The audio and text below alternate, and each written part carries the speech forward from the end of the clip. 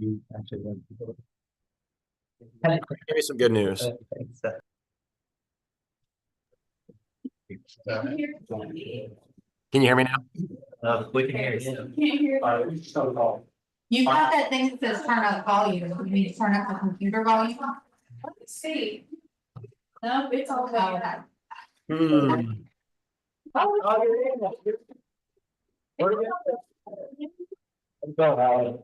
Thank How you. I figured it out. Vacation. All right. Oh.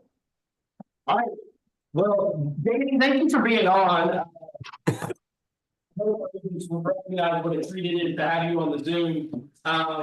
And you have been somebody who's sat on some panels, at family reunion, spoken at our top producer panel at the region as well. And I shot you a couple questions, and you were so gracious to agree to join us for our team meeting this morning. So if you're good, I'll go ahead and start with question one, right? And this is the key, I think, time in the season and the market to be thinking strategically, but you've built one of the top teams in the region. And you guys are very strategic. You don't do anything on accident. With intention and purpose. And so when you think about how you kind of scaled up, build out your team, and really just your business strategy, that custom business plan, what were some pivotal, I guess, strategies or moments in the process that have helped you scale up or just run an efficient business? Great question. So to clarify, are you able to hear me? Yes, we are. Oh, beautiful. We did it. Okay, awesome. Yeah, so I think, to be honest, Joseph, when I look at where I started, it was in 2018. I was on my own. And at that point, I kind of already knew that I didn't want to do this alone. So even the day I got a real estate license, if you had asked me kind of what the plan was, I knew it wasn't to do this alone. Because when you really think about it, and for a lot of solo agents that might be in the room for you guys today, like it's a lot of tasks and it's a lot of very specific, let's just call it skill sets and varying skill sets within this industry. You're wearing a million hats. You're a consultant and a therapist and everything in between, while also having to know everything about houses and be a professional in that realm. So I knew from the beginning it was going to be a bit of a kind of a blitz out of the gates, but thinking strategically in my marketing mind, it was like, okay, how am I going to get the phones to ring out of the gates? That's question number one. And figuring out, obviously, the house side of things. I had come from a year and a half working for a custom home builder, so I had at least baseline knowledge on the house side.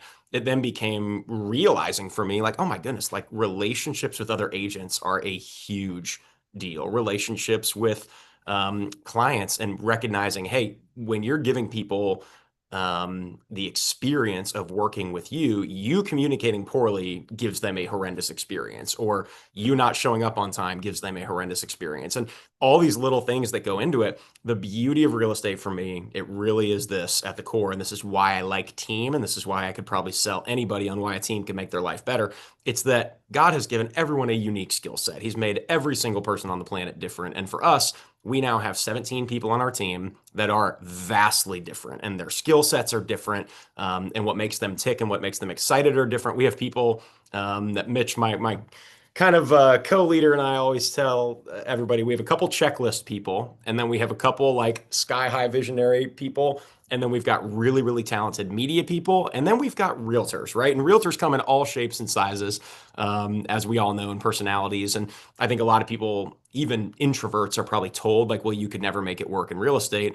I bet I'm looking at a room full of people today that probably have some introverts in there that are crushing it in real estate. So everybody gets to do this their own way. And at the end of the day, very, very specifically, I would say my strategies had to revolve around who I am. So you talked about a pivotal moment. For me, it was realizing that I was able to lean into who I am and what I like for my people. And it wasn't me trying to be somebody that I'm not. It wasn't me deciding one day that cold calls were going to be awesome for me and I was going to love that. I would have never liked that. Door knocking, I haven't done door knocking. I don't want to do door knocking. I know people that have made massive businesses out of that and literally were on stage at family reunion with me because he door knocks. But at the same time, does that mean that I have to go do that? And I think we try to convince ourselves that there's one size fits all in real estate. And the beauty and the pivotal moment for me was realizing I can do events that will then transfer into business for our team. And for me at the time, personally, and as we've grown, we can help people scale. But even as we've grown, we've had to learn the lesson of, man, you can't shove a new person on the team into the box that we want them in. They also have to do something that they find fulfilling and energizing. And I think if you guys take one thing away today, it's like, man, if what you're doing today feels exhausting and isn't like a good long-term plan that's going to work, like if you can't see yourself doing it in 5 or 10 years, maybe start to tap into like, why are you feeling drained? What are the things that you're doing that aren't energizing? And whether that's hiring a TC or bringing in somebody that wants to run around and do showings because you're exhausted because of that, like you can hire out things in this industry in a beautiful way and still have a cohesive client experience. Whereas when I was in the market research industry, when I did all the research on a project out in California, I couldn't come back and have someone else write my report. Like that just does not work. You can't piece that out because the information was in my brain. Real estate systems and even within our team, I think you guys, this might surprise you, it might not, but our operations team helps our agents write their offers. So when you're looking at a situation where they're coming back at 7 or 8 p.m., they've had a long day of showings, and they already communicated with our team at 3 p.m. that there was a house their client was really interested in. So our team prepped the offer for them already, and it's in their dot loop waiting for them to plug in a couple numbers, and it saves an hour of their night. And what makes me tick at the core, guys, is like my family and spending time with my friends and being involved in my church. Like I don't want to be obsessed with real estate. And while we are very clear that we want to be the number one team in our region, we are probably not willing to do and sacrifice what it takes to be that team tomorrow. We want to build it the right way with sustainable home life. And at the end of the day, truly being able to enjoy what we do instead of feeling like we're tied to this like vision and this goal where if we don't become number one, something is wrong by the end of next year. It's like, no, we want to partner with the right people that love what they're doing, can tap into our strategies. And if they aren't a fit, lovingly have them move on, whether that's their choice or our choice to part ways, and actively seeking new people to join our team that it would enjoy our culture and what we've done. And again, that pivotal moment for you might look different than me, but for me, it was realizing that because of my passion for events and social media, I could tap into that as a lead generation tactic in this industry, which at the time was kind of the front end of really that kind of stuff working. And I feel like now everybody's well aware that social media especially is a way to get business in this industry. So I'll pause there for you, Joseph. Yeah, no, look, I mean, you talked a lot about just maintaining who you are. And I think we've had a lot of dialogue here in this setting, and really in a lot of my one-on-one conversations about showing up authentically. And because there's so much surface level fake out in the world, and a lot in our industry that it's super refreshing, and people who are wildly successful tend to be super authentic. And unapologetically themselves, right? And so like that, learning that early, and I would say having the courage to like be like, this is who I am, this is what I enjoy doing, and I'm gonna have standards around when I'm showing at home, when I'm gonna be with my family, right? That's a tough thing in a tight market, which kind of leads me to my next question. Like you've obviously built to scale a real estate team and a business that allows you and even the people on your team to live the life that they want to live professionally and personally. We care a lot about that with Keller Williams.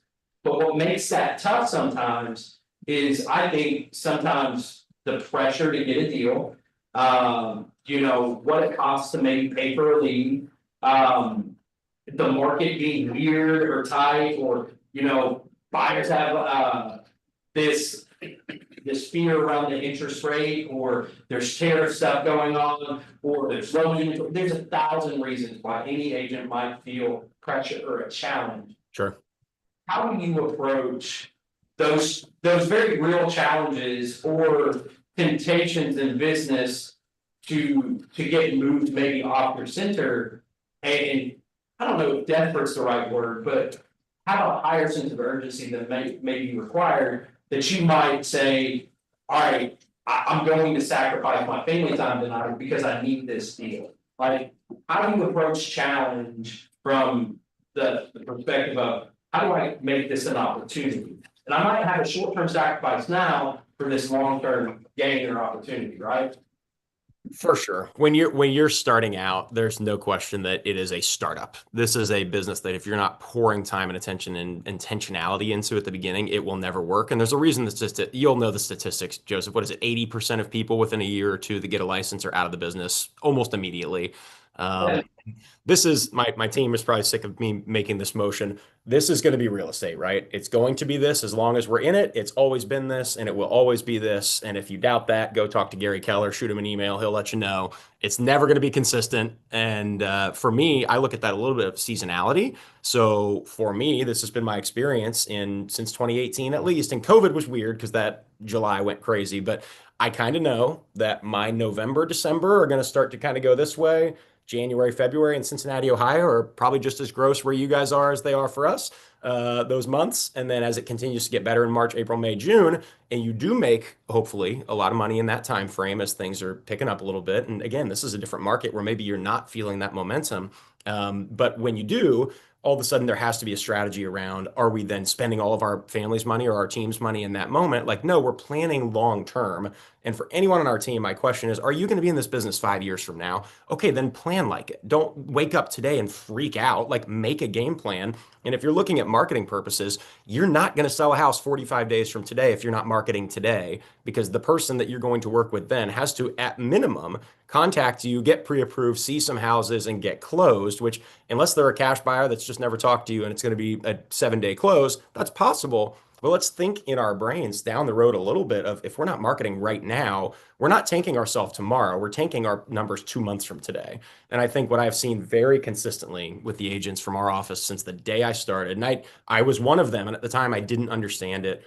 When people get busy, they all of a sudden stop marketing altogether. And it is just this crazy. Think about like the contractor who gets really busy and you're calling him and you've got somebody that wants him to reno a bathroom and he's not calling you back. And all of a sudden, 3 months later, he's blowing you up, asking you for business. And you're like, dude, I called you 16 times trying to get you into multiple different places. You're not even on our contractor list anymore because you weren't calling us back. He was busy. He was working on a bathroom. He was making money. He was happy. But then all of a sudden, when he's not, he's like, what happened? What happened was you stopped answering calls. You stopped marketing yourself. You stopped lead generating. And the problem is never, ever, ever, and this is going to be a lie that maybe one of you believes today, that you have too many leads. You can't possibly have too many leads. If you have too many leads, get some help and crush it. Like, grow. Take that moment to go above and beyond. Like, you're not ever going to have an influx of leads that you can't handle. And you've got other people in the room right now that you could tap into and you refer out. Like, that is a lie that anybody's ever going to have too many. So let's get that out of the way. Now it's, how do we get any? The answer is remarkable consistency. And for us, that is with actual in-person or online relationships with people. And I remember when Keller Williams, Joseph, in probably 2018 or 19, Family Reunion's big thing was Command is coming and we're a tech company now. And I remember that whole time being a 1 year into the business agent saying, I'm really glad they're doing this. I will hedge my bets on relationships all day because I've lived in Cincinnati, Ohio, all 33 years of my life. I will hedge all day the bets that if people trust me, that no matter what happens in this technologically based industry, no matter what Zillow does, no matter what Keller Williams does, that if I have the relationship and people call me first, that our team is going to be just fine. And back then it was just me handing out tickets to a Reds game by myself with a big long line of people and no systems in place. And now it's a beautiful 3,000 person Reds game that we do annually with an ops team that handles all the details. So you can get there in a couple years if you truly decide what makes you tick. And there's a reason it's a Reds game for us with marketing. It's because I love the Cincinnati Reds, and that's not a hard thing for me to get excited about. I also love media and social media and professional marketing. And that's why we have multiple media people on our team. I love marketing, which is why I'm still the one that runs all of our accounts as of right now with our Instagram and our Facebook and working with our media team on our YouTube channel. We are just now, for the first time, hiring a marketing person because I know that is the lifeblood of our business. So we had to find the right person at the right price with the right energy to put behind our team. And I think we found the right person who starts in a month, and we're so excited for her to come on. But if that doesn't work, I have to protect that marketing like it's our business, because it is. And I think realistically, one of the things that you could be concerned about is, well, what's the market doing? I am just more encouraged the more agents that drop out of the market, because I think our share just continues to get bigger and bigger. And when you get momentum in real estate, it's like that snowball rolling down a hill. It's just, I've always said it's unfair for a new agent to have to go up against me when I walk in at this point, because I'm like, I have hundreds of homes of experience now. I know what I'm talking about, and I know what people need to hear. And for me, it was that same thing when I went up against local legend Scott Euler when I started. I couldn't believe I had to walk in as a new agent and try to present that I could sell their house as well as the guy that's been doing it for 20 years at Coldwell Banker is. And the answer is I couldn't. Like, you, at the beginning, you're not as good as that person. But as you build your skill set and find out what you are about, what I genuinely believe now is that because of the relationship that I'm coming in with, the trust that we have established with our people, I am their best option, not just because I'm the best local real estate expert, but because they already trust Danny Barron from other parts of their life. And they don't have to worry if their realtor's trying to get them or scam them or charge too much or whatever. They can put all that to bed and go, okay, Danny, just tell us what we need to do. Like, our family's stressed. What do we need to do? And that relationship right there, you guys have those relationships with people already when they become real estate relationships because of intentionality and continuously showing them that you know what you're doing. For us, that's done two ways. We want to be the most trusted and the most fun real estate team in the region. So what do? We post tons of closing photos to show that we're trusted. We talk all about our houses and our listings to show that we're trusted. And we throw tons of awesome parties and fun social media giveaways to show that we're fun. And I think that combination for us is knowing ourselves, and you all get to decide that in your business. What is it that you want to decide on that defines your business? And if at the end of the day, you find that it's different than ours, that's great. That's the beauty of real estate, is that every single person does it differently and there is no right or wrong. Now, what we've had to tell some of our team members over the years are maybe their love for cars and their desire to throw a car show in an area where nobody cares about cars probably won't turn into business. So how can you take that love and come up with a better idea that's better and easier to market? There's always going to be like a fine tuning how you can take your passions and make it work. But that's part of the fun and that's part of the joy. And we've had events that weren't that big. And we've realized over the years that the Cincinnati Reds have an endless capacity for people to want to go enjoy a baseball game for 90 different reasons. And for us, just so you guys know, kind of that avatar, that ideal client that we really love working with is like the family from church with 3 kids. They're selling a house and they're moving into a bigger house. And for me, I'm going to target them with our marketing, our tone of voice, our events that we do, all the things that we do. And guess what? That web is going to catch plenty of other people as well. But I have to remember when I'm planning things out, my people, much like myself, have kids or a kid, and it's not just about the adults going on a date night anymore. Sometimes it's, oh my goodness, you provided value for my 10, 7, and 4-year-old, and I got to take a break and drink a latte. Like, we love you forever. So there are true relationships that can be created just through creative thinking, and you get to do it your way. And that's the beauty of real estate for me, for sure. Awesome. Look, Danny, that's great information and it's great insight. I've got one question. I know you're coming up on a deadline. You got a meeting at 10:30. So we've got one more question, and then I guess we'll see you the next time you're a guest on the team. So last question. You obviously have expertise and have done a great job scaling social media and your online presence and the client event experience. If there were, this question is twofold. If there was one mistake that you see agents making that just makes you cringe and I wish agents would stop doing this on social media, what is that? And then what's the one thing everybody absolutely should start doing today? You're going to get me on a pretty excited, passionate tangent here. Agents love to complain on the internet, and it blows my mind. If you are complaining or talking bad about another client, you're a psychopath, because any human being with a normal brain is going to look at it and go, oh, if I was your client, you'd talk about me like that too. Probably not going to call you. Thanks for coming. See you later.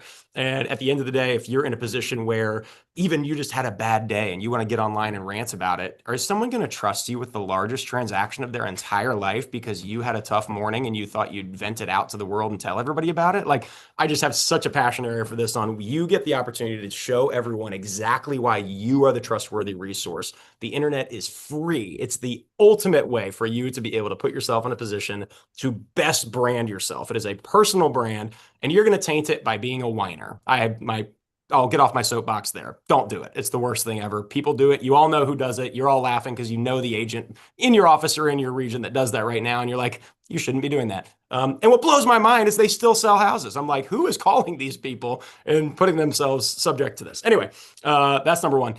Number two, which would be the things that you should be doing, are please, for the love of all that's good, just be consistent for once in your life on social media. You don't have to have a professional media guy like I do. You just have to dedicate yourself to once or twice a week, taking 10 or 15 minutes to provide any value, or even just post a photo of your family just to stay top of mind. Because if you're not top of mind, you will not be one of the 1 or 2 realtors that come to people's brains when they think about buying or selling a house, and they have 5 seconds to pick up the phone and call somebody. If you're number 2 on their list, you make $0. If you're number 1 on their list, you could make insane amounts of money. So you have to be top of mind. It is your personal brand. And if they know that you can be trusted, and when they think about real estate, they think about you, then you've done your job. Here's a little caveat on there, Joseph.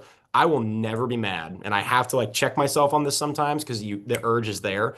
But if people know what I do, and I've been abundantly clear that I'm a professional and I know what I do, I won't be mad if they don't pick me as their realtor.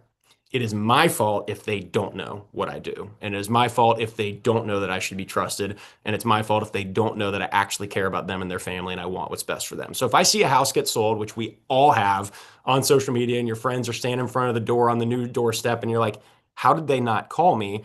I would question if you should be mad at them or if you should look in the mirror and go, did I market myself at all in a way that actually showed them that I was trustworthy? And again, there's moments that my patience is tested on that too. Even where we are now, it's still like, how could they do that? Or why would you call the agent on Zillow? We need to be the ones completely and 100% reiterating to these people again and again, I'm in your corner. You can trust me. And as you see on the internet, my life is trustworthy. The things that I type are not psychotic. The photos I post are intentional, and it's going to build up your personal brand and your business and everything included. So those are the 2 things I would say. Stop complaining and start posting good and happy things that will actually build your brand up. That's awesome. Thank you, Danny. Let's give him a round of applause. Thanks, guys. Appreciate it, Joseph.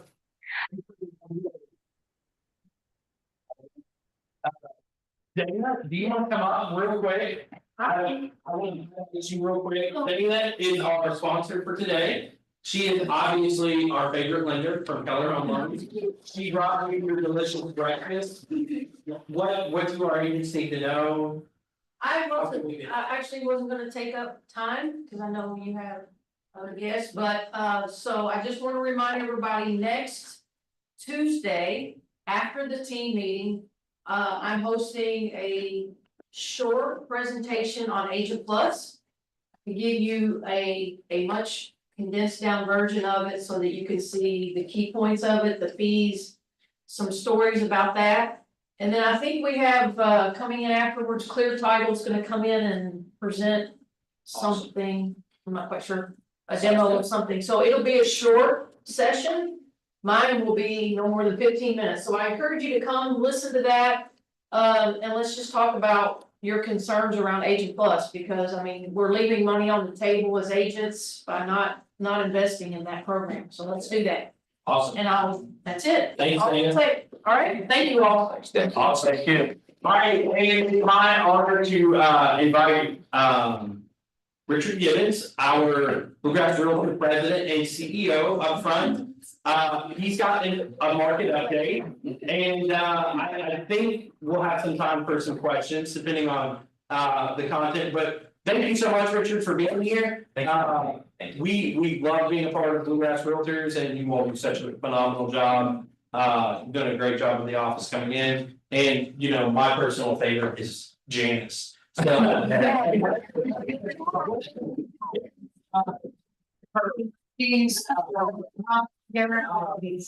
you're Janice's biggest fan. It's serious, so, and just from coming from 2 previous associations, like.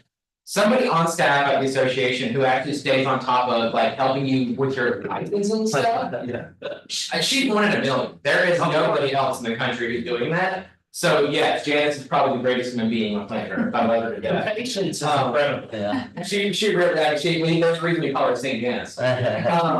So thanks for having me back, first off, I think you're the first office to have me back a second time, so apparently I did something right the first time. But yeah, so just in case you didn't meet the first time around, my name is Richard Gaines, I'm the CEO of both Bluegrass Realtors and Imagine MLS. That's one of the things we're trying to make people understand is that they are separate now.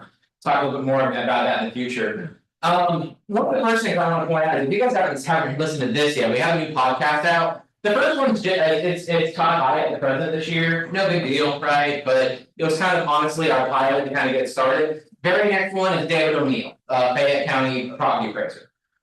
Later this year, we have Gerald Lawrence coming on from the Kentucky Real Estate Commission.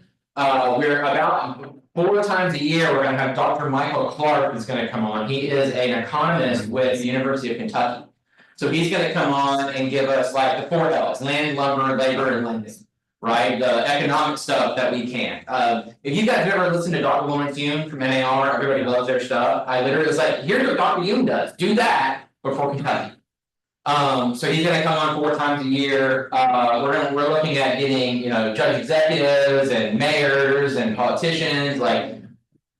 The biggest thing with this podcast is it is not a 30-minute Bluegrass Realtors commercial. Don't get me wrong, I'm gonna throw some commercials in there. But it's supposed to be what you guys need on a daily basis to go out there and do work, so keep an eye out for that. So market, kind of an interesting start of the year. You know, the new listings and under contract are actually up, but your total sold is down. I think that's probably because, quite frankly, the first 2 months of the year, nobody wanted to get out in the snow and ice. So that's probably part of why you're seeing some of this. But I think Fayette County is especially interesting because it's actually down across the board. So Fayette County is down in listings, down under contracts, and a good bit down in units sold actually. And just anecdotally, talking to people, it does feel like the market's not bouncing back as much as we hoped it would. Is that kind of a general feeling? It's a weird market. Yeah. We're taking listings, but we're seeing them sit, right, not getting as many under contract, and the ones we get under contract. Fallout rate is higher, I think, than we're used to. There was actually a Redfin study that just came out about that, where in the first quarter it was like 17% higher than normal on fall throughs. Yeah. I think there's a lot of uncertainty. And I'll actually skip ahead, I'll go back to the other slides, but this one here is kind of, this is the excess housing wire, this is NAR's market forecast. They had originally projected 7 to 12% increase, and now they've adjusted that down to 6%. They had originally thought mortgage rates were gonna actually dip slightly below 6, but they've adjusted it to be about 6.4. And then that's gonna make it where your median home price is probably gonna go up a little more than they thought, and our job gains aren't looking as good as they thought they were going to either. There's not a whole lot I know about mortgage rates. I know they're not directly tied to the Fed. There's other factors involved, and I know that uncertainty doesn't help. And say anything you want about either side of the argument, what's going on in the world right now, there's a lot of uncertainty. And I think that's playing itself out with both mortgage rates and consumer sentiment. I think that's why you're seeing more fall throughs. People are getting a little nervous about what's going on. So I think that's probably why you're seeing some more of that in the market right now, and why it's not really picking up as much as we hoped it would. But I mean, there's still hope. There's still a ton of pent up demand. I think everybody can see that. Another presentation I've been doing to a bunch of different politician groups and regional development groups and things like that is trying to help them see exactly how bad the affordable housing problem is. One of the examples I use is I picked 2 houses that were about 700 foot apart as a crow flies in Liberty Heights. One of them sold for $200,000 in 2020. One of them sold for $200,000 in 2024. The one in 2024 had 1 less bedroom, 1 less bathroom, 30% less square footage, 30% less lot acreage, doesn't have a garage, doesn't have a fence, and doesn't have a patio. And the mortgage would be $374 more per month. Right. And then I'm like, okay, who's taking that deal? Right? Because I think that really shows there's a tremendous amount of lock-in right now. Sellers are like, man, I would love to downsize or upsize and move, but I'm gonna pay $500 more a month for less house. That. So there's a lot of lock-in. If we can see those mortgage rates drop, I still think it's gonna explode, but as you guys can see, those numbers are not looking great for it dropping anytime soon. Going back over here, price drops. Yes, we're seeing a huge change in that this month, but the reason I had to put this up is because you can see it's very seasonal. You know, that's not out of the ordinary, I know it feels like it, because we're going from 32% price drop to 17% over the last couple months, but as you can see, it is very seasonal. So I don't think that's anything too terribly out of the ordinary. And then days on market, you know, number of sales, you know, that days on market, you can see that big spike right there in February. Of the days on market going up quite a bit, but it has dropped back down in March to a more reasonable level. But that's also highly dependent on the market. It's exactly the point I'm making in that presentation is below median sale price, it's still moving relatively fast. Above median sale price, it is slowing down fast. So that's kind of the big difference there. But and you guys are feeling that as well, I'm sure. So yes, I mean, that was really all I had as far as the market forecast go. Any kind of comments, questions, things on that, and then otherwise we kind of plow with other stuff going on in the association. Anything in regard to forecasting and new construction, are we feeling the impact of tariffs on just new construction yet? Or are we, is there a cushion of months where we should anticipate? I haven't seen it yet. Of course, the tariffs are still very new. Right. And there's, I think the market is still trying to figure out who's paying it, right? So I wouldn't expect to see any big changes in that for probably a good 6 months, but that being said. Fayette County has only had about 500 starts every single year since 2010. Where previous to 2008, it was more like 3,000 starts. So it certainly isn't gonna help that That's number. a significant drop. Yeah. 3,500 on average. Yeah, that's a David O'Neill's presentation, if you have, if you have that, and he's gonna be on the podcast next month. He has that where previous to 2008, we were like 2,000 to 3,000 starts a year, and since the crash, we've not gone above 500 a single year. And we've been chasing inventory locally and nationally since 2012. Right, And so, yeah, I mean, new construction is a big key part in us getting back to anything close to a balanced market. absolutely, yeah, NAR calls it the lost decade. Where there's just an entire decade of home building across this entire country where builders just stopped. And it was about 2008 to 2000, really it was a little longer than that, it was really till about 2020.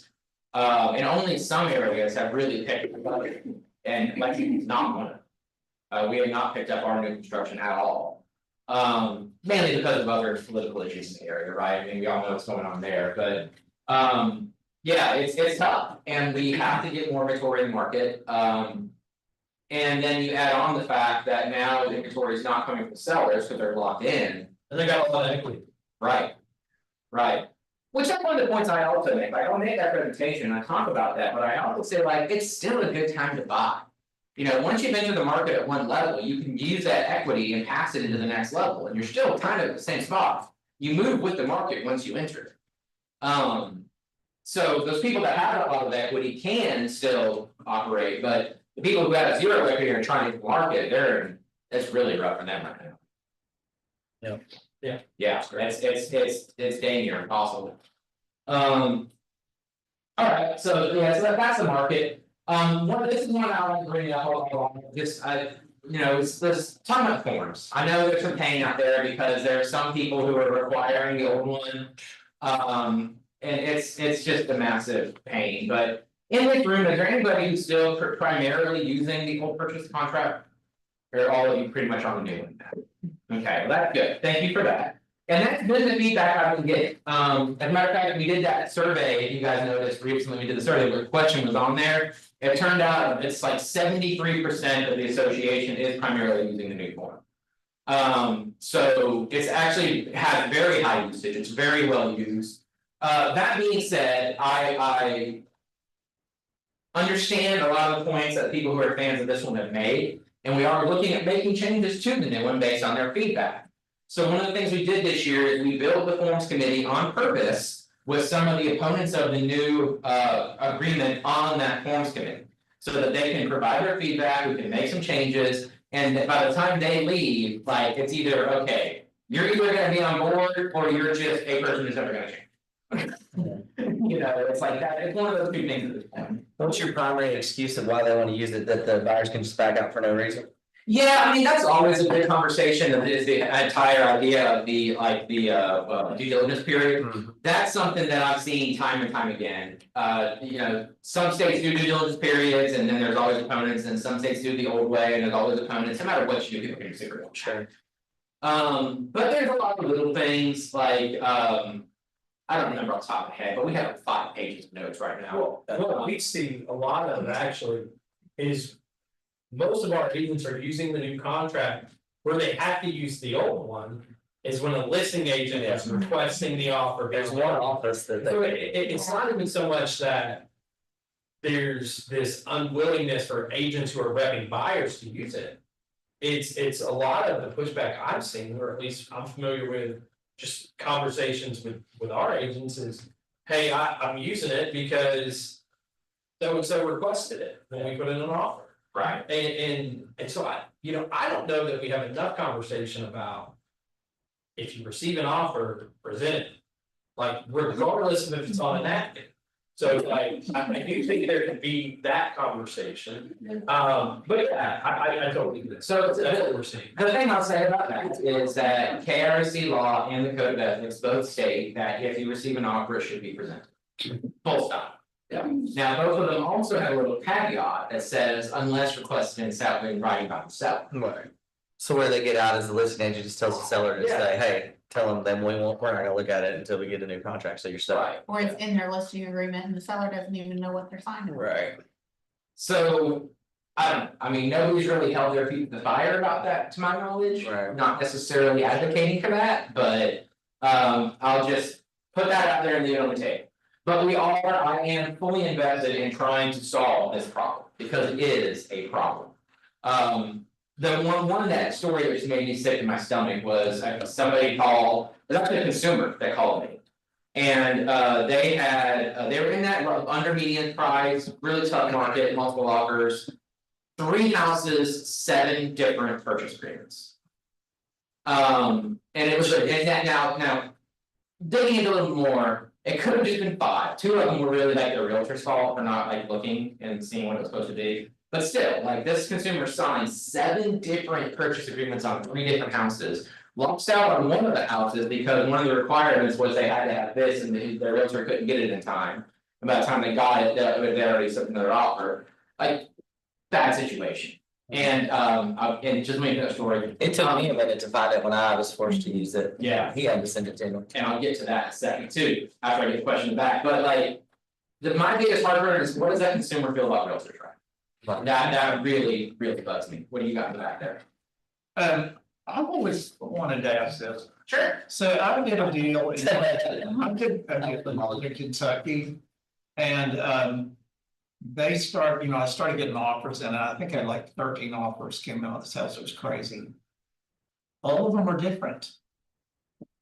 What's going on there? The companies were literally changing stuff in the documents and so I had to read every single one of those like really carefully. To be able to tell my client what was Yeah, because I mean, so I'm putting these 2 on the screens, these 2 are, there's also the Kentucky Realtors has their own, Kentucky has their own, Louisville has their own. Pretty much all 13 associations in Kentucky all have their own. this was the office. I don't think that's. For Yeah. changing the documents. I've seen that too, yeah. That's what I was talking about. So it's like each company just changed, the little nicks and whatever they wanted to in the documents and. And that's just, everybody has their own legal counsel. And their legal counsel advises them on how to run their business. And I would love to require a specific one, but I can't, I'm legally not allowed to. That's a pain, it honestly is. And one of the things we do, and this kind of goes back to your question here in the front, of like, we don't have this new one, this old one on document. Right. And I realize that creates a little extra pain, I know that, but there's reasons for it. And the primary reason is that like, we have staff that answers forms questions. Honestly, we shouldn't. Every lawyer at the plan tells me we should not do that. Right. So, but my balance is, as long as I can give them one form that I can have just like an FAQ of, that we can narrow it down, then I feel comfortable having them answer questions. Cause like the PSA and the exclusive right to sell and the buyer agreement, they all interact with each other in different ways, right? If you add this one in, now this is another one, now that's instead of 3 interactions, you have 6 interactions. You add another form and it turns into, it's like 18 interactions and it just grows exponentially, right? So that is why we only support one form, and that's the new one. And why, you know, if somebody else is requiring you to do this, it's their job to support it. If you have questions about it, you gotta go to them. If you need an adopt loop, you gotta go to them. You know, that's it's just, that's where we are, because the other option would be, I have to get employees to stop answering form questions at all. Just so we can have multiple contracts, and I don't think that makes sense, I don't wanna do that. So, lots of pain there, I get it, but we are working on changing it, that all being said. The other feedback we've heard about forms is don't change them multiple times in a year. So for all of our forms, our plan from this point forward, and I say plan because it's not gonna be, is all the changes are gonna happen in January of every year. It's the beginning of a new year, it's a time when it's a slow market, a lot of you are spending time educating yourselves and getting ready for the new year anyways. So I think that makes the most sense, so we're not gonna sit here and change this thing 5 times in 2025. We're gonna build it all out, we're gonna make all the changes, and then bam, January, all changes all at once. So.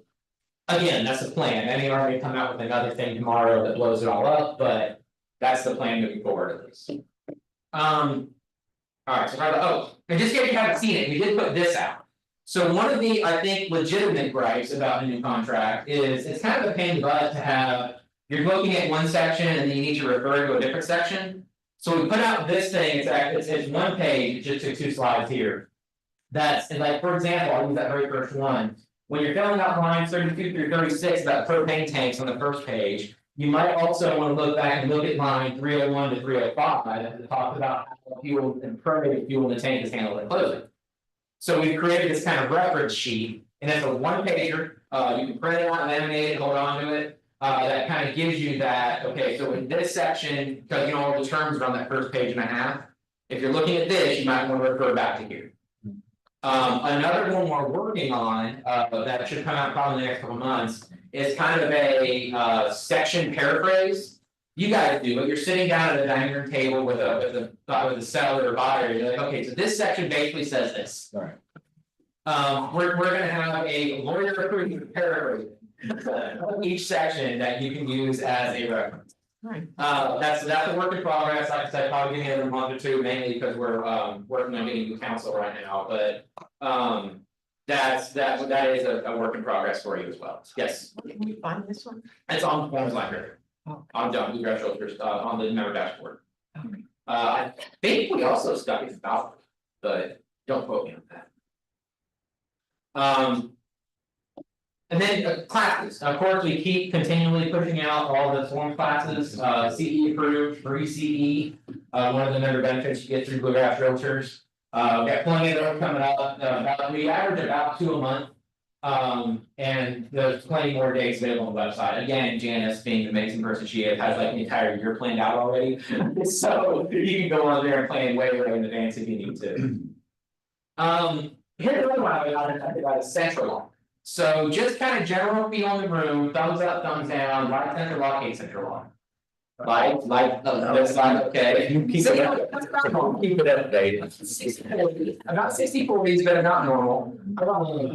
So. Yeah. So, that's another pain point right now, right? In case you guys don't notice, I actually like addressing pain points head on. So I've been talking with Senator Walker a lot, as a matter of fact, that we had a conference recently, I sat him down with a bit of a come to Jesus meeting. Issue we have, so we were the 3rd association to launch the newest version of their lockbox. And the 2 that were before are Cincinnati and One Key, and I believe the One Key's in New York. And a lot of issues that we're starting to see, they dealt with. Things like, you know, just not being able to open the box, batteries dying, a couple reports of people walking up and the thing is just hanging there because the battery died. Things like that, and they saw the same thing. And I was like, okay, guys, look, like 1 or 2 things gonna happen here. Either we figure out a way to fix this, or we're forcing our way out of the contract. Which, by the way, the contract's like 2029, so that's not an easy thing to do. But I just kind of put on the table for him. Well, we started digging into it and we still have about 3,800 boxes left that don't have the newest battery. If you guys remember, we did the whole battery exchange thing, there's about 3,800. Yeah, that's part of the problem. Another problem was we had really unlucky timing. Cause you also have the firmware update. You mentioned keeping your box updated, there's no problem, and you were 100% correct. So I don't think you guys can actually see the firmware version, but if it's if it's older than 66.42. There's an issue that slowly drains the battery. Very slowly drains the battery. And we did our battery exchange about 60 days before that firmware update came out. Great timing!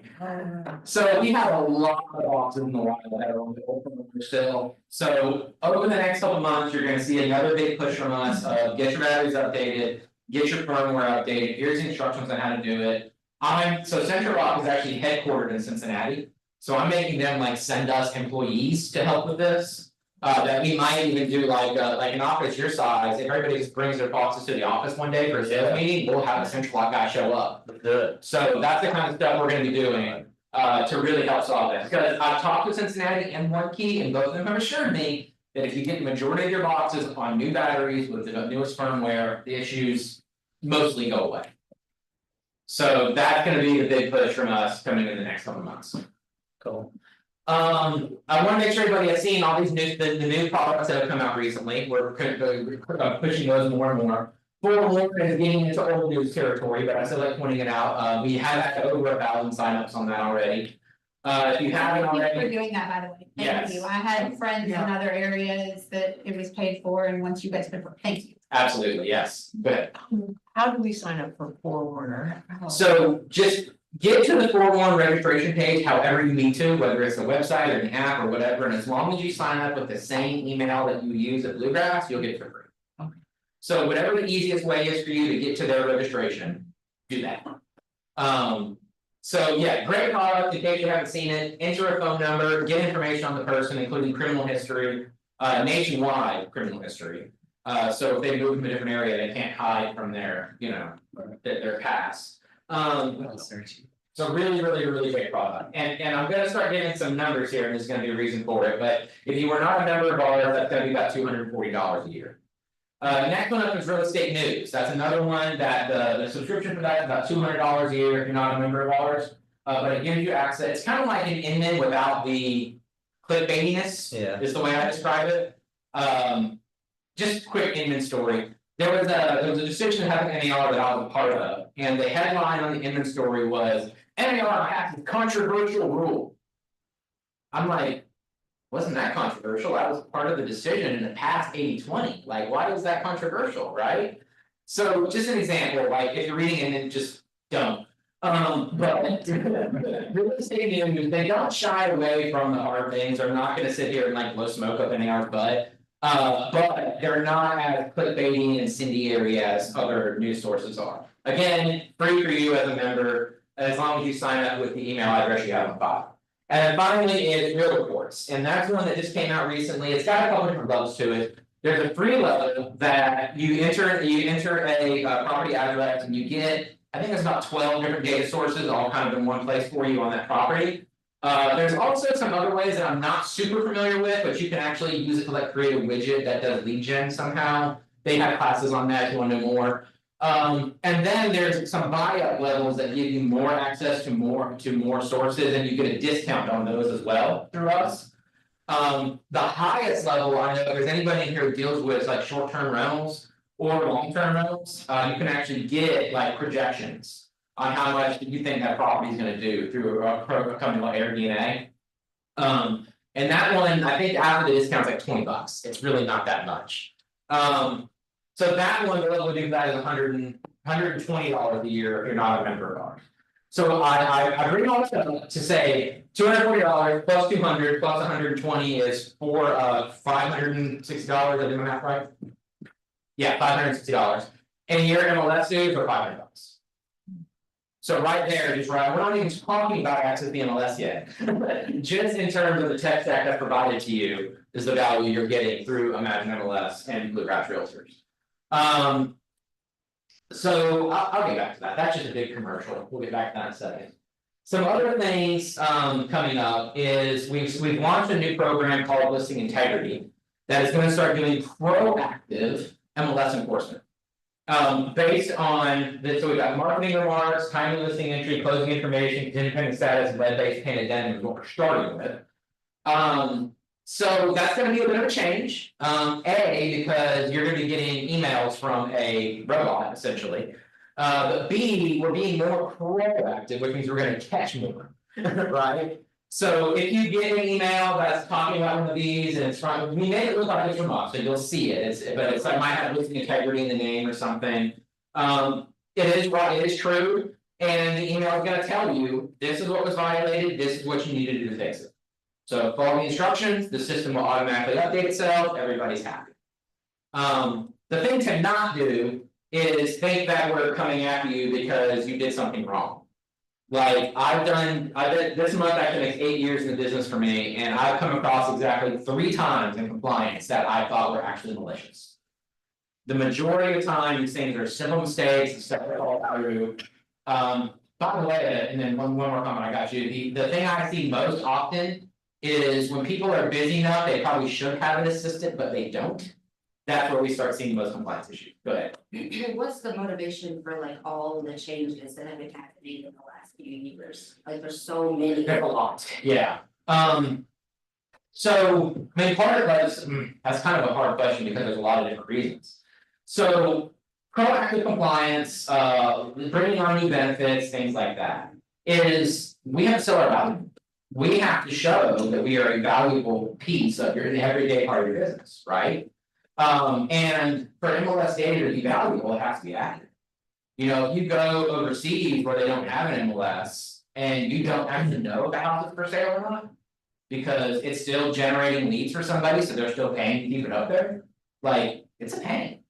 So our data has to be accurate, it has to be complete, it has to be, you know, as good as possible. And then like things like this, we're trying to show our value because there's a lot of talk right now in the industry about our associations even still exist, should MLSs still exist? There's one company in particular who would like to have its own private listing network and probably do away with the MLS if they had the choice. So it's a battle. You know, if the NAR settlement did anything, and this, I say this message to, it applies to agents, but it applies to associations and MLSs as well, welcome to Thunderdome. You know, every single one of us now have to prove our value, prove our business. We don't have the wall of gardens we used to have. Don't have the protections and automatic stuff we used to have. So, welcome to Thunderdome. I'd say that's probably the overarching reason. Is there any specific changes within that I didn't touch on? Well, like the restrictions, like the call me, and I get the lead-based pay because it needs to be uploaded. But why are these added? And all the buttons, the contingent, the active, why are those all changing? So, like, the marketing remarks is a big discussion right now, it's going back and forth, that might change anyways. That all happens at the committee level, so there's an advisory board within the MLS that votes on stuff, and they bring it to the board of directors, and the board of directors votes on it, and it's pushed forward. A lot of them. I gotta think about how I can say this without throwing people under the bus. I'm actually a big believer in the MLS getting out of the way as much as possible. But things like Call Me, for example, when you have a listing, it goes out to over 700 websites probably. And a lot of them are your own are different brokerages that are not you. Now they do have to like credit you, but if it says call me, you're actually telling them to call the person's website that they're on. Right? So it's looking at it from a cooperation perspective. You know, we lost compensation, it's not the MLS anymore. Cooperation is what we got left. That's our baby. We're gonna take care of that baby. So that's where that one comes from. With the different statuses, I mean, of course, you know, that must be done in 48 hours, that's because everybody needs to know, is this actually still active being sold or not, right? But we also want to have some optionality. Like, are you maybe referring to like NAR came out with their new thing recently with the domain? God, what's the Well, we had the same offer to purchase for like decades, I believe, Mhm. and then it started changing, and it felt like. Like bluegrass realtors, you need to do this, you need to do this, you need to do this, I'd go to a class and have them tell me something, and then I'd go to another class 6 months later. And then tell me something completely different, and it was just really confusing to me. Yeah, there was some of that with the settlement, for sure. In my opinion, I think they moved a little too fast with the settlement changes. It ended up being good, it was good to be ahead of it. But there were some things that were changed and then we figured out it was wrong and then had to change again. We're trying not to do that anymore. Some tweaking. Yeah, they're tweaking, you know, it's, and that was just from the NAR settlement. I mean, when that first hit, we're like, okay, we have to change the way we've done business for over a century. And we have to figure it out now. And it caused a little bit of chaos, frankly, you know, I get that. But also there's another reason for like the forms changes and stuff is. The industry as a whole, this is not just our area, this is the real estate industry across the entire country. Has to have more of a consumer first focus. Has to. Our forms have to be more consumer friendly than they are broker friendly. Our access to data has to be more consumer friendly than it is broker friendly, so that's another change, because if we don't, DOJ is just gonna come down even harder. I think it's another piece of it, go ahead. One quick question without getting too involved in it. Yeah. The seller's disclosures. Mhm. Why are people not filling those out? They Is that a utilize- required document? So why shouldn't If we required. make people fill these things out? Mhm. It's really ridiculous. If I have somebody that filled one out, somebody that didn't, and they're all the same, I'm going with the one that filled it out.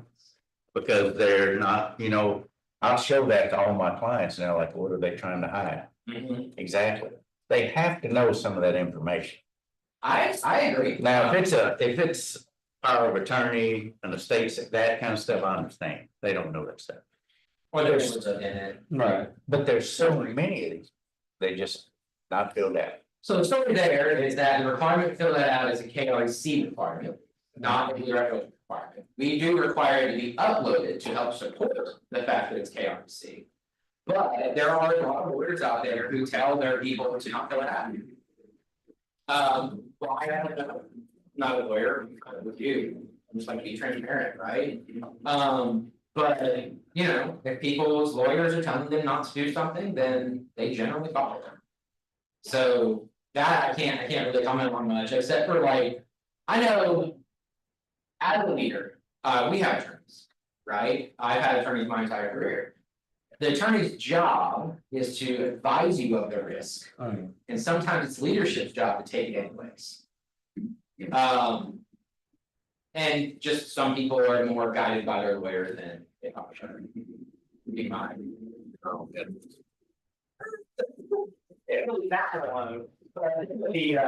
But yeah, just from a leadership perspective, that's my take on lawyers. Doesn't necessarily mean it's right or wrong, just. Regardless, I have to support everybody's business model. Otherwise, it's antitrust. Oh, yeah. So. Alright, let's see. Top violations for March, just in case anybody's curious, what we see the most violations for. Number one is the lead-based paint form. We actually had a lot of the people in listing photos in March. The directed communication is a big one right now, and then the agent brokerage information and media or documents. And compensation displayed on the listing, it actually ticked up in March on us. It was kind of hilarious, from the time we had August until the end of February, we had a total of like 2. But in the month of March, we had like 5. So I don't know where that came from, I guess it's a lot of the people who weren't paying attention coming out of the woodwork in the spring selling market, is my biggest guess. But that did start to creep back up, and BTW, that's $500 immediate fine. So don't do that one. By the way, I'm sorry. Sorry, I'm a millennial. We had to change it to the new construction requirements. A lot of it, so some of this made things easier, some of it made it a step harder. So the easier is that we kind of condensed a lot of the construction statuses and code requirements and things like that. But then the part that made it harder is that they added in that this has to be added in. If you're using like either a model home or renderings. So one step, a lot easier in some ways, harder in others, I think it kind of balances out. And there's actually more changes coming to that after something I think is my next slide, yeah, it is. But before I jump to that, like, is everybody good on this? Everybody see the emails on this? Everybody okay? Yeah, so this is in the MLS newsletter, is where it went out, March 31st or April 1st, I believe, so it was not an April Fool's joke. But yeah, you can find the Imagine MLS newsletter about that. I don't really have much to say. Any questions on that? All right, so speaking of changes in the industry, that's this next one is a big one that's coming up in September. You're gonna start seeing a lot more about it right now. I'm just kind of just dropping seeds here and there. But in September, we're gonna be moving our entire database to the RISO standard. So let me tell you what it is, and I'm gonna tell you what it's gonna mean to you. So RISO is Real Estate Standards Organization. And the reason it's important to do this is, I was hilarious, I was just telling somebody this story earlier. Let's say on your website, you have a listing and, on the listing, it says contingent, because that's the RISO standard status, is contingent. A consumer calls you, they have a question about it, you go back to your MLS, you put listing in the MLS, and in the MLS, the listing status is ham sandwich. You're like, okay, well, why is it different? Why is there a change in the way this displays, right? And then you have to be like, okay, well, I know contingent means, but what the heck does ham sandwich mean? And a ham sandwich is because a group of people decided to call it something different, because realtors love to reinvent the wheel when they're in a boardroom. And that's all it is, so it just creates confusion in the marketplace. So the more we can align with the national standard, the less confusion there is in the marketplace for consumers and brokers. And also, the easier it is for us to bring in products. Anybody try hiring a developer recently? Developers right now are making about $200,000 a year straight out of college, zero experience. Not cheap. So if you have to pay a developer to sit down and it's like, okay, so this MLS calls it a lanai, and this MLS calls it a back porch, but the RISO standard is, I don't know, whatever else it is. Then we have to like map those things and make all these systems talk to each other. If you're on the RISO standard, like, oh, okay, cool, you're using the RISO standard, flip a switch, let's rock and roll. So it reduces development costs, it allows us to bring in more stuff, and create a lot less confusion in the marketplace. That's the reason why. Now, what does it mean to you?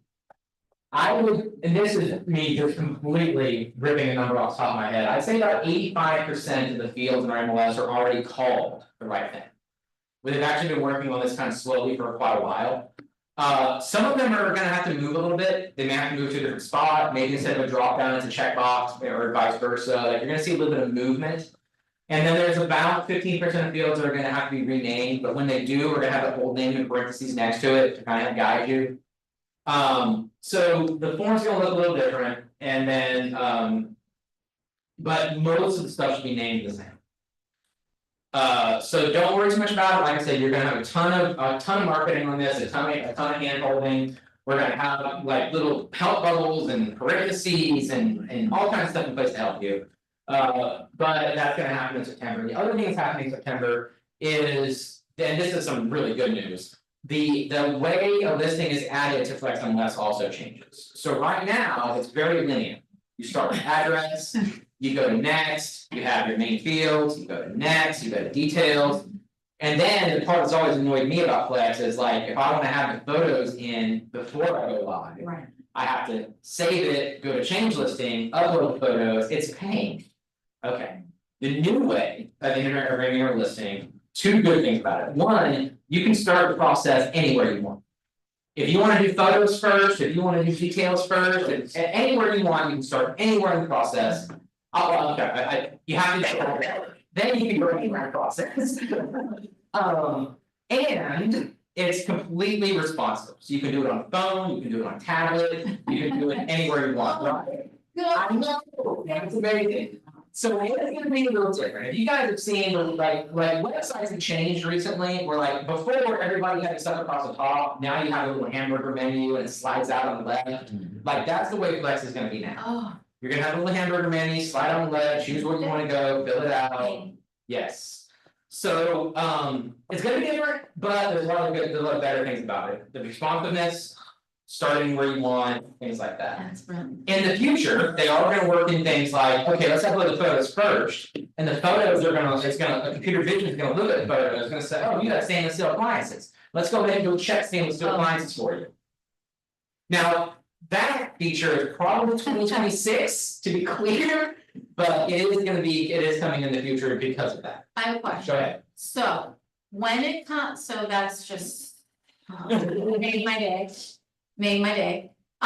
So when I'm up, so I can upload the photos so much, cause it's nice to be able to do that on my phone. Yes. Instead of, cause it's so hard, cause right now, if I try, I'm just there forever, so I don't even bother.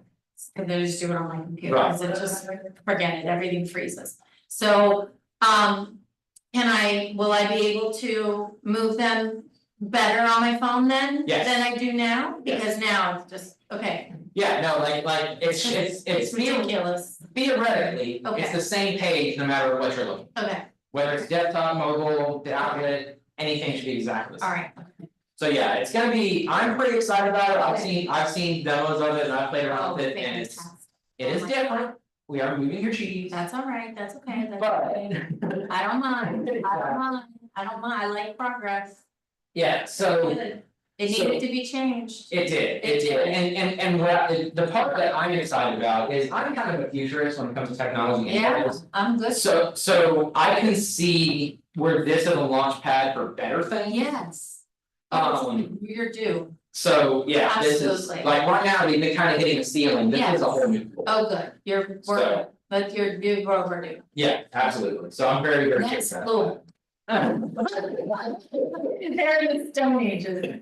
Oh my goodness. Exactly, Okay. LFG. What does that mean? Let's effing go.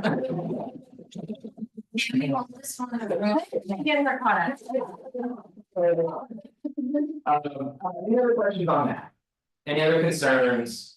Like I said, just keep an eye on your inbox, read the stuff we send you, and then we are gonna have lots of, like, one of the things, the first things I'm gonna do when it comes out is like have to list, this is the fields that are changing. So you'll have that eventually, I'm actually waiting on that myself from Lex, but we'll have plenty of marketing on that. While we're on these September changes, the other thing is the way you log into Flex is also gonna change.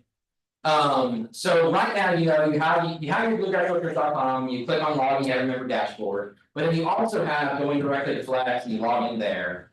The way it's gonna work, again, September-ish timeframe, is you'll go to the bluegrassfilters.com, you log in member dashboard, and every single one of our products is gonna have a single sign-on from that folder. So you'll click on Flex, you'll click on Forewarn, you'll click on RPR, you'll click on Cloud CMA, whatever you want. Single sign-on, don't have to keep up with a bunch of logins. And then also, that same place is the same place you pay your bill, you see what your balance is, you sign up for classes. Oh, good. It's all in one dashboard. So that's gonna also be really nice, and then where we're going with this, between being able to plug in stuff and then having a new dashboard. Is, I think the MLS should like stop picking which product you all use.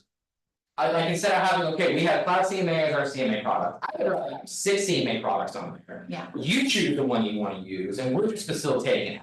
Nice. Right, so you're gonna have kind of a all the parts store kind of set up instead, right?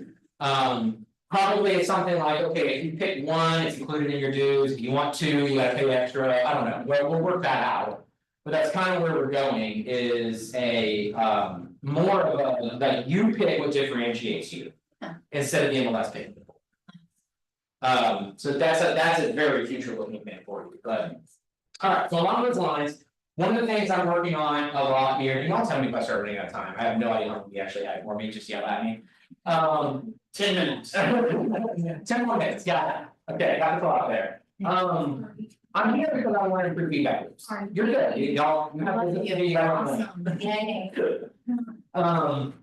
It's improving feedback. The reason I'm in these rooms, the reason I'm going to brokerages is I want to hear what we're doing wrong. That's the reason why we did this survey, our membership for the first time in over a decade.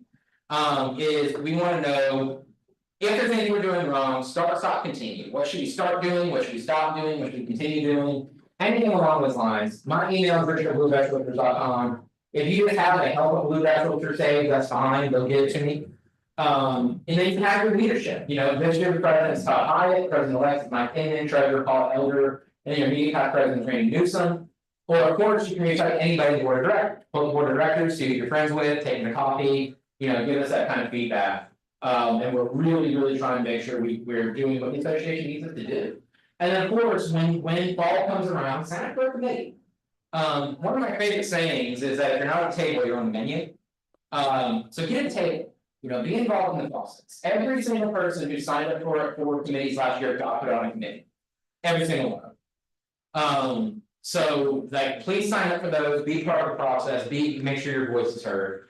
And I've heard things like, oh, the people who are on the committees and the board are just the ones who have time to do that, and they're not producing. That is the biggest, fattest lie I have ever heard.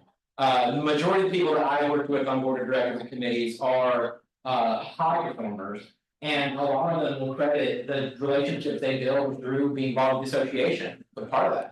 It's like, it was Danny earlier, right, that's his name?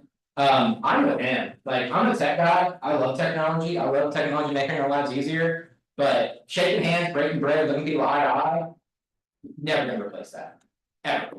Which by the way, is also why I'm not worried about the realtor ever being replaced, even by AI. Because breaking bread, shaking hands, eye to eye, cannot be replaced. Air Pocket survey. I guess that's about it, except for this one last little plug for RPAC.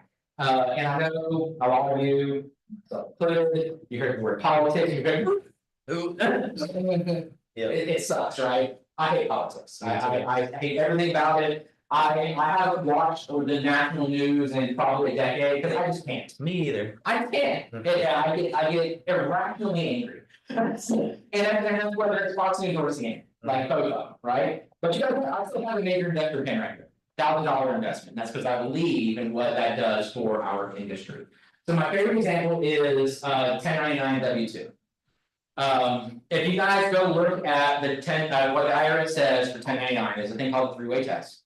And realtors technically fail the three-way test. Every single one of you, by the IRS rules, should be a W2 employee.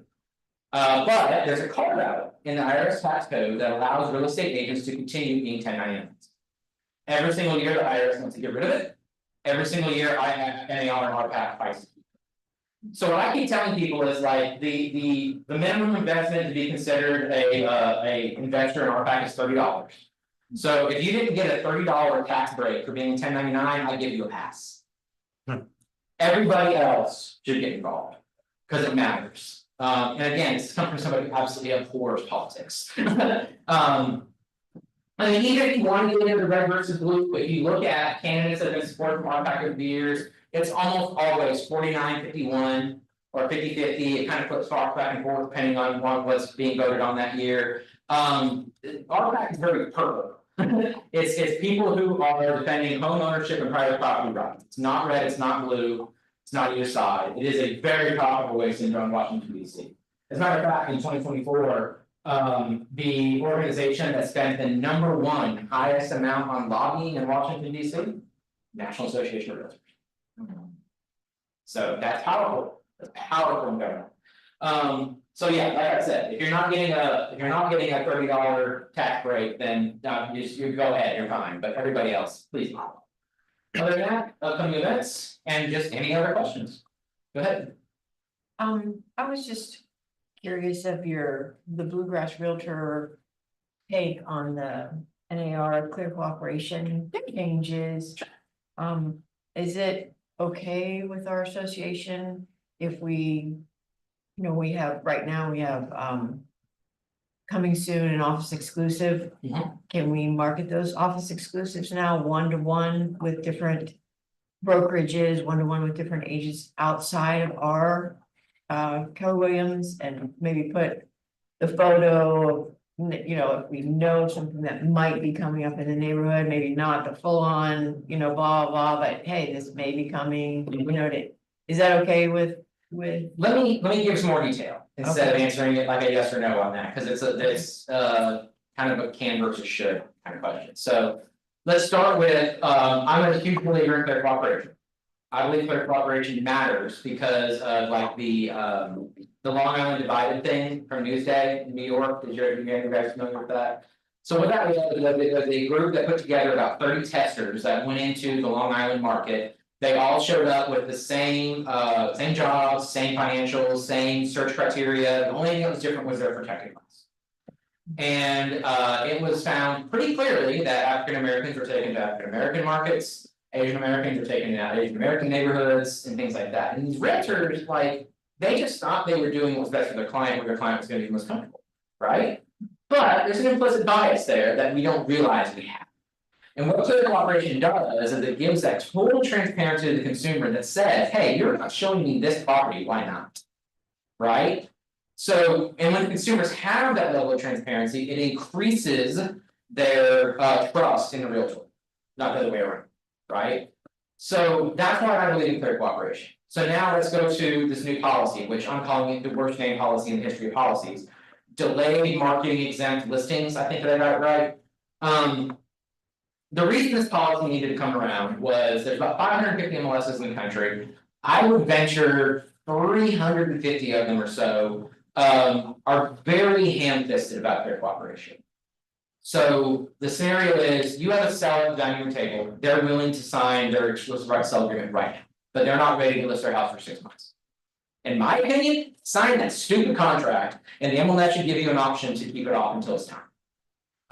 Other MLSs in the country are, no, you should wait to sign that until they're ready to put it in the market within 48 hours. Can you lose them? Why would MLS ever get in the way? Yeah. So MLSs need to provide optionality. And what this rule is really trying to do is it's trying to require optionality. Now, we already have optionality. We have Office Exclusive, we have Coming Soon. We have the internet opt-out, like you can have an active listing that doesn't go to the internet at all. Like, we have all these options, so we're not planning on changing anything to start with. Because we're already ahead of the curve, we don't need to.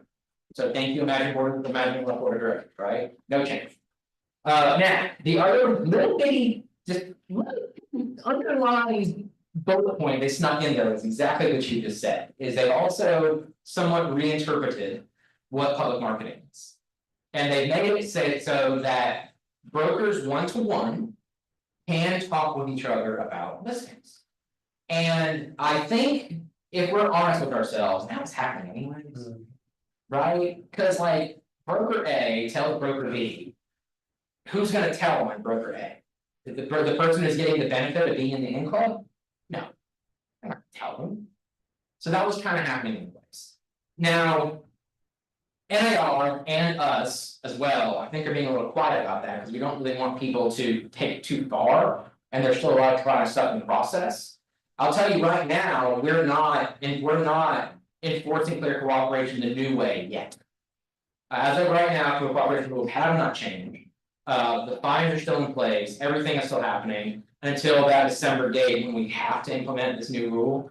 And I'm kind of waiting for some clarification on NAR, because I'm like, okay. If I took 100 broker emails and stuck it in the BCC spot, how are you gonna prove it wasn't 1-to-1? Right? There's a lot of holes.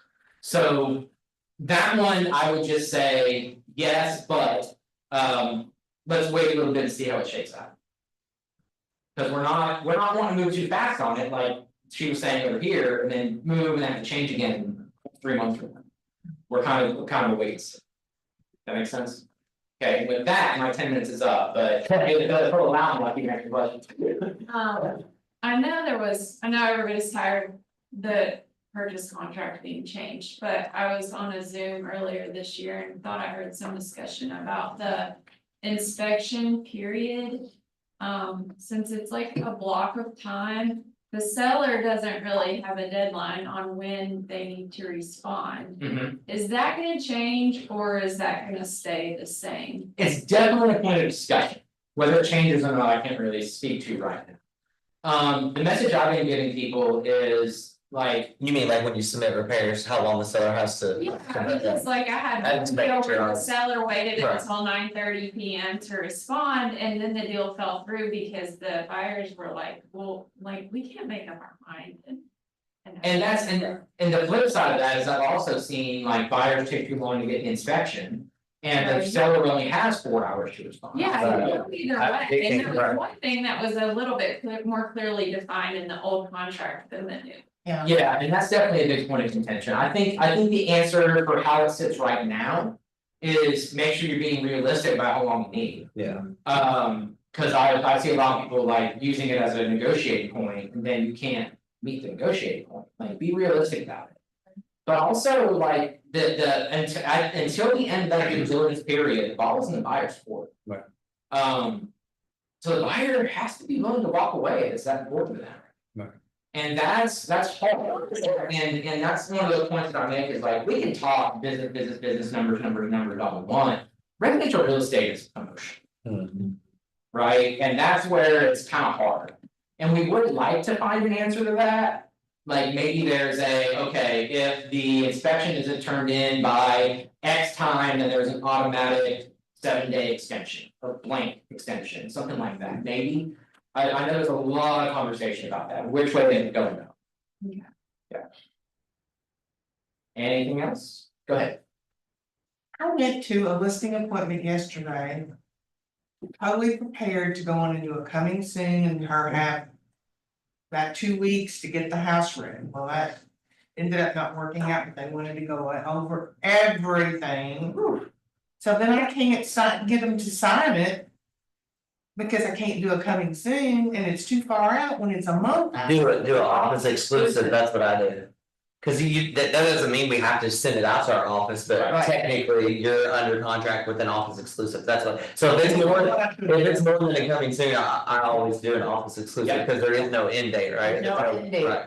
I had one related, I mean, this is his exact scenario where we were talking about, why didn't let's get in the land, cause you to lose it. I had one I would have lost, but I signed a contract with them and they didn't wanna put it on for 60, I think it was like 2 months. Mhm. And I did an office exclusive, didn't share it to anybody in the office, cause we weren't technically ready to sell it. Yeah, But he had somebody else come along and do it. should have jumped on that and known the answer to that. Yeah. But I'm like, I'd be able to date this time, but it's not gonna be. Yeah, just do an office this time. Then exclusive. you switch it in Just do all. in flex, you switch it to coming soon or At back up that at that yeah. point, whenever Yeah, you're ready. yeah, I should have done. So you guys didn't use office exclusive, just, I mean, this is something that's on our radar. I wish we were better at it here, I wish we had more. Exclusive. Would you like the ability to actually enter into Flex? Cause right now we just have a form, and then you just wait until. I mean, it does help you get on top of it, because if the plan is I mean, at least at our office, a lot of our office exclusives end up hitting flex anyway, so yes, it would help you. Cause like in that instance, I had pictures done way in advance, so yeah, we could have had all Cause like that. we have a flag Pretty loaded. that we can get added where you can, it's almost like an incomplete status, but it's just office exclusive. Yeah, where I think that'd be people cool. can see it. So whenever you're ready, like. And then down the line, it'd be awesome if you could send that to your agents in your office through Right. Flex. That's what. Instead of having to have a separate spot for it. Yeah, okay, that's good, that's something we're considering, I'm getting some feedback. Anything else? Thanks for the conversation, guys, that's exactly what I come out here for, so. Yeah, thank you for meeting. Yeah. Thank you. Thank you.